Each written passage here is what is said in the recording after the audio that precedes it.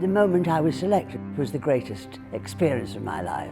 What a privilege it was to have the support of the House to do that job. And what a pleasure it was for me all those years to be in that role. I loved every minute of it. I was never very conscious of being a woman. I was born a woman, but I can work and I can do this job just as much as a man can do it. I was part of the House of Commons. I was conducting the proceedings of the House. It didn't matter to me whether I wore a skirt. I wore a skirt and I was a woman, but I didn't have any feelings about that at all. Whether the members did or not, I'm not sure. I wouldn't know about that. I felt in the early days, they felt that, well, you know, here she is a woman, she can roll over like a pussycat. We can get what we want, so many points of order. And this is where I think the steeliness comes in. Give them an inch and then they'll hang themselves, is what I thought about it. Madam Speaker, given the fact that the craven attitude of members opposite towards those rail unions who have caused such an enormous... Order! The honourable gentleman will resume his seat immediately. Immediately! I shall name the honourable member.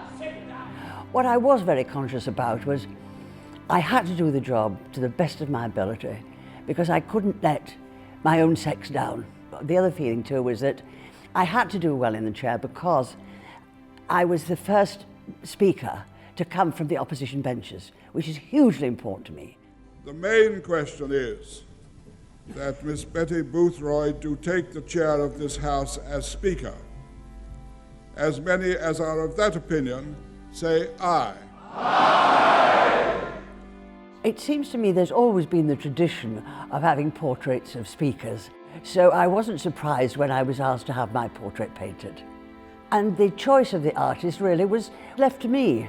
I knew it's an area I know little about, but I did examine what other artists had done, and I liked the work of Andrew Festing very much. And I was glad to meet him, and he was very good at doing my face and hands and toes and things. And I was amused because he took the robes, the gold robes, home at the weekend, and his wife stuffed the shape of a mannequin in the bathroom and with bath towels, and he put the robe over there and he painted it like that. So it didn't take him very long to do me. Well, together, Andrew Festing and I chose the backdrop, which is the monarch's bed, which I treasured very much in the staterooms.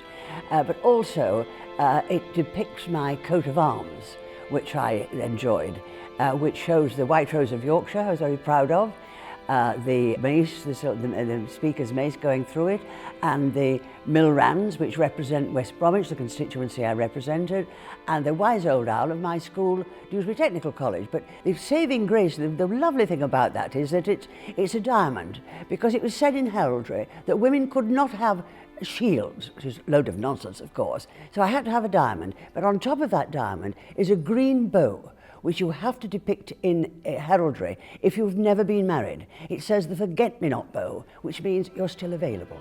The motto I chose is hugely important to me because it represents, I think, so much of me. I'm not a person who makes long speeches. I come to the point. I'm very North Country. I am very direct with people, and it sums up, I think, my personality. I only speak when I've got something to say, and when I've something to say, I am trying to serve my country and to serve the philosophy that I cherish very much. I speak to serve.